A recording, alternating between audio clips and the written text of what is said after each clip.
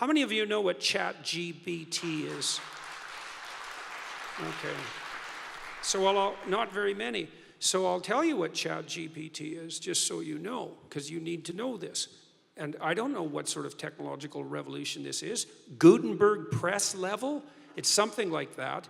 This is a big deal. So this AI system, it's a general language processing model, was released about a week and a half ago. And I went and interacted with it. It's an AI system, artificial intelligence system. It basically is trained on, well, a massive corpus of spoken or of text.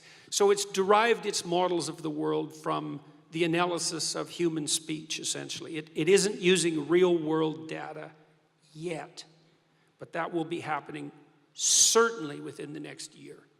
So, and ChatGPT analyzes a very large corpus of text, and that corpus is growing all the time.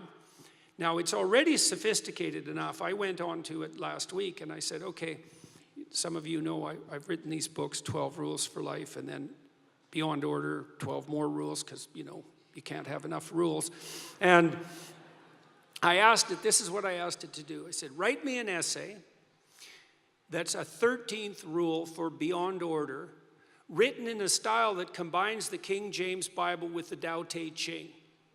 That's pretty difficult to pull off, you know. Any one of those things is hard. The intersection of all three, that's impossible. Well, it wrote it in about 3 seconds, 4 pages long, and it isn't obvious to me, for better or worse, that I would be able to tell that I didn't write it.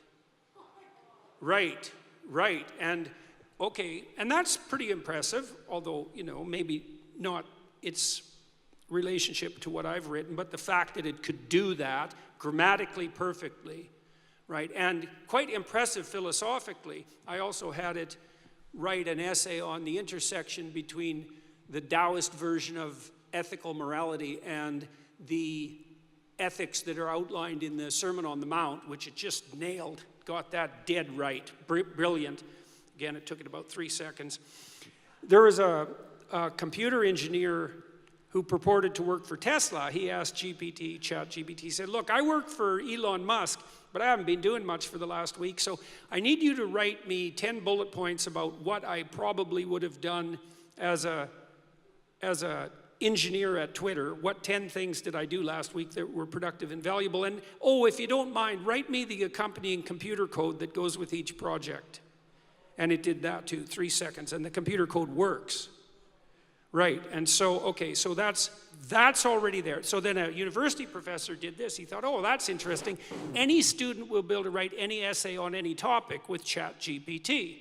And someone gave it an SAT, by the way, and it scored about as well as the average student in a well-functioning public university. So that's how smart it is. So that's basically an IQ test. He said, write me an essay, gave it a topic, wrote the essay. He said, now grade it. He said, if we can automate the students, we should be able to automate the professors too. And so it provided a complete, comprehensive analysis of its own essay with grade. It wrote, someone else asked it, write the screenplay and describe the characters for the next $900 million Hollywood blockbuster. It's like, bang, plot, characterizations. Then someone else took the descriptions of the actors and said, generate photorealistic computer images for each actor. And all the AI systems could do that. So I'm going to tell you what's going to happen next. This is going to happen this year. So get ready. Okay, so now we have an AI model that can extract a model of the world from the entire corpus of language. All right, and it's smarter than you. And it's going to be a hell of a lot smarter than you in 2 years. So you can get ready for that too. But it's not that smart yet because it's just a humanities professor at the moment. It doesn't test its linguistic knowledge against the real world. That's what a scientist does, right? You come up with a theory that's linguistically predicated, and then you throw it against the world and see if it sticks. And then the world tells you whether or not your linguistic construction is valid. But the new AI systems will be able to extract out patterns from the world itself, from images and so forth, and then be able to test their linguistic constructions against the world, and so they'll practice just like scientists. And the most advanced models are going to use text and image and action as well, because they'll be able to model human action. And so, and all of that's going to come down the pipes within the next year. So hang on to your hats, ladies and gentlemen, because what did my friend Jonathan Pajot say? Giants are going to walk the earth once more. And we're going to live through that, maybe. So, anyways. In terms of our rights, though, yeah. that is not a bad development. Well, we'll see. I mean, Elon Musk, one of the things he's working on, he thinks that the world will be controlled by whoever produces the most functional AI system the fastest, because there'll be a first mover advantage.